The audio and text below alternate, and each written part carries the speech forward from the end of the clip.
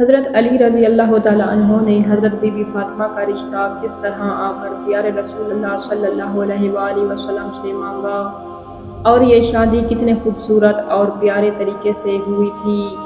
Be be Fatima جیسے ہی بڑی ہوئی تو آس پاس صحابیوں کے رشتے بی بی فاطمہ کے لیے آنے لگے، تو پیارے نبی رسول اللہ صلی اللہ علیہ وآلہ وسلم یہی ارشاد فرماتے کہ میں نے اپنی بیٹی فاطمہ کی شادی کا فیصلہ اللہ تعالیٰ پر چھوڑا ہوا ہے۔ میری بیٹی کا رشتہ وہی کریں گے جو اللہ کو منظور ہوگا، وہی مجھے بھی منظور ہوگا۔ تو اس طرح آپ صلی اللہ علیہ وآلہ وسلم انکار کر دیتے۔ ایک دن حضرت ابوبکر صدیق اور حضرت عمر مسجد نبوی میں تشریف لائے اور ایک دوسرے سے بی بی فاطمہ کے رشتے کے لیے بات کرنے لگے کہ کئی صحابیوں نے بی بی فاطمہ کے رشتے کے لیے پیغام بھیجے ہیں، لیکن حضرت علی نے کوئی بھی بات نہیں کی۔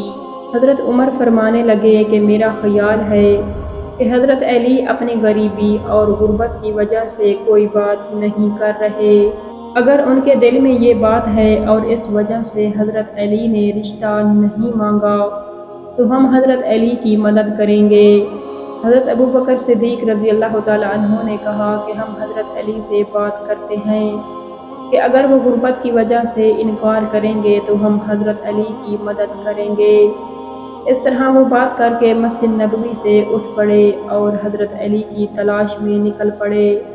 وہ حضرت علی کے پاس آئے اور فرمانے لگے کہ اے علی، پیارے نبی رسول اللہ صلی اللہ علیہ وآلہ وسلم کی بیٹی کے لیے قریش کے جوانوں کے رشتے آئے ہیں، لیکن پیارے نبی نے یہ کہہ کر انکار کر دیا ہے کہ میں نے یہ فیصلہ اللہ پر چھوڑا ہوا ہے، اور حضرت علی آپ نے ابھی تک کوئی پیغام نہیں بھیجا۔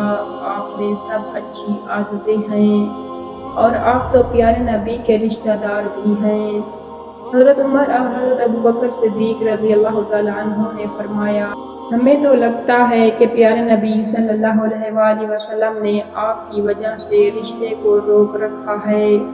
یہ سن کر حضرت علی کی آنکھیں نم ہو گئی اور وہ کہنے لگے کہ مجھے پیارے نبی صلی اللہ علیہ وآلہ وسلم کی بیٹی پسند ہے، میں ان سے شادی بھی کرنا چاہتا ہوں، لیکن میں اپنی غربت کی وجہ سے پیارے نبی صلی اللہ علیہ وآلہ وسلم کو کوئی بات نہیں کر پاتا۔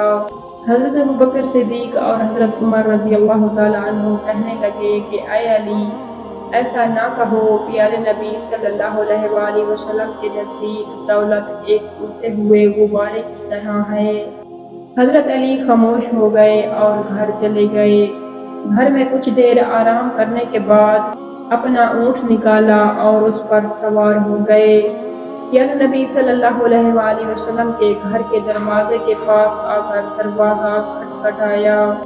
اندر سے حضرت کلثوم کی آواز آئی، کہنے لگی دروازے پہ کون ہے؟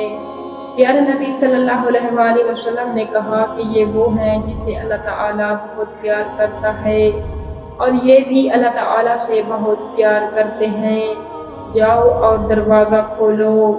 حضرت علی اندر آئے اور نبی پاک صلی اللہ علیہ وآلہ وسلم کے سامنے جا کے بیٹھ گئے اور زمین کو کھودنے لگے۔ یہ دیکھ کر سرکار دو عالم صلی اللہ علیہ وآلہ وسلم فرمانے لگے کہ اے علی، کوئی بات ہے جو تجھے پریشان کر رہی ہے تو مجھے بتاؤ، میں تمہاری خواہش کو پورا کروں گا۔ حضرت علی رضی اللہ تعالیٰ عنہ نے حضرت پیارے نبی رسول اللہ صلی اللہ علیہ وآلہ وسلم سے حضرت فاطمہ رضی اللہ تعالیٰ عنہ کا رشتہ مانگا، تو آپ صلی اللہ علیہ وآلہ وسلم نے اپنی بیٹی حضرت فاطمہ رضی اللہ تعالیٰ عنہ سے اس کی مرضی دریافت کی۔ تو حضرت فاطمہ رضی اللہ تعالیٰ عنہ اپنے بابا کی بات سن کر چپ رہی۔ چپ رہنے کی وجہ ایک طرح کا اظہار تھا، یعنی وہ رشتے کے لیے راضی ہیں۔ پھر آپ صلی اللہ علیہ وآلہ وسلم نے اپنی بیٹی حضرت فاطمہ رضی اللہ تعالیٰ عنہ کی مرضی دریافت کرنے کے بعد آپ صلی اللہ علیہ وآلہ وسلم نے حضرت علی سے پوچھا کہ تمہارے پاس حق مہر میں دینے کے لیے کچھ ہے کیا؟ حضرت علی رضی اللہ تعالیٰ عنہ بولے، نہیں، میرے پاس حق مہر میں دینے کے لیے کچھ بھی نہیں ہے۔ آپ صلی اللہ علیہ وآلہ وسلم نے حضرت علی رضی اللہ تعالیٰ عنہ سے کہا، جنگ بدر کے دوران جو ذرہ ہاتھ آئی تھی وہ کہاں ہے؟ حضرت علی رضی اللہ تعالیٰ عنہ نے جواب دیا کہ اے اللہ کے رسول، وہ ذرہ میرے پاس موجود ہے۔ آپ صلی اللہ علیہ وآلہ وسلم نے فرمایا بس وہ ذرہ کافی ہے۔ حضرت علی رضی اللہ تعالیٰ عنہ نے وہ ذرہ بازار میں فروخت کر دی اور اس کی قیمت صرف 125 روپے بنے۔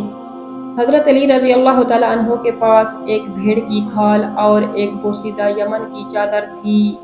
حضرت علی رضی اللہ تعالیٰ عنہ نے یہ سب کچھ حق مہر میں حضرت فاطمہ رضی اللہ تعالیٰ عنہا کے نظر کیا۔